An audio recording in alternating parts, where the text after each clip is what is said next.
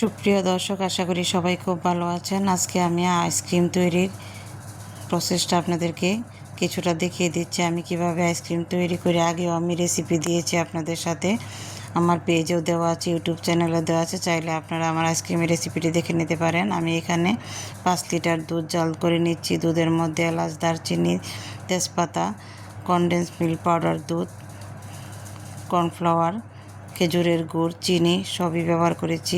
দুধটাকে আমি জাল করতে করতে একদম ক্ষীর বানিয়ে নিচ্ছি, কারণ ক্ষীরমালাই আইসক্রিম এভাবেই তৈরি করতে হয়। আবার বাটারস্কচ আইসক্রিমটাও আমি এই দুধ থেকেই তৈরি করব।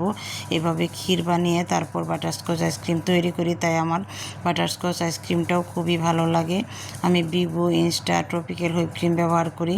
আমার আইসক্রিমটা সম্পূর্ণ হোমমেড, তাই চাইলে আপনারা একবার ট্রাই করে দেখতে পারেন। আশা করি ভালো লাগবে, কারণ আমার আইসক্রিমটা খেয়ে অনেকে প্রশংসা করেছে। তাই আমি ভাবলাম আপনাদের মাঝেও আমার আইসক্রিমটা পৌঁছে দিই, আপনারাও আমার আইসক্রিমটা খেয়ে দেখতে পারেন কীরকম লাগে।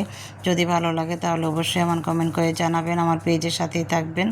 আমি এখন আলী জাহান ফারুকি সুপার শপে আমার আইসক্রিমটা দিয়েছি, ক্ষীরমালাই বাটারস্কচ। আপনারা চাইলে ওখান থেকে আমার আইসক্রিমটা কিনে ট্রাই করতে পারেন। যদি ভালো লাগে তাহলে অবশ্যই আমাকে জানাবেন।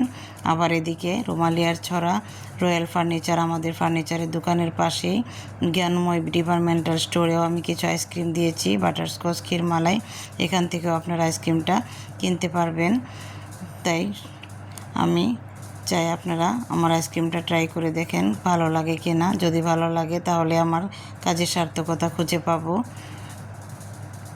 আমি বাটারস্কচ আর ক্ষীরমালাই আইসক্রিমের প্রতি লেয়ারে লেয়ারে কাঠবাদাম, কাজু বাদাম, কিশমিশ ব্যবহার করি। আর বাটারস্কচের প্রতি লেয়ারে লেয়ারে বাটারের কাঠবাদাম, কাজু বাদামের ক্রাঞ্চ ব্যবহার করেছি।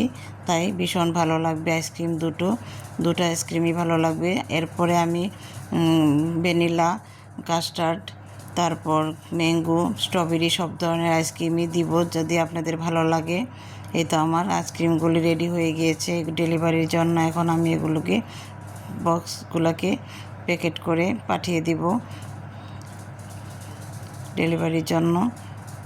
চাইলে আপনারা একবার আমার আইসক্রিম ট্রাই করে দেখতে পারেন। আর অনুরোধ রইল আমার আইসক্রিমটা খেয়ে দেখার জন্য।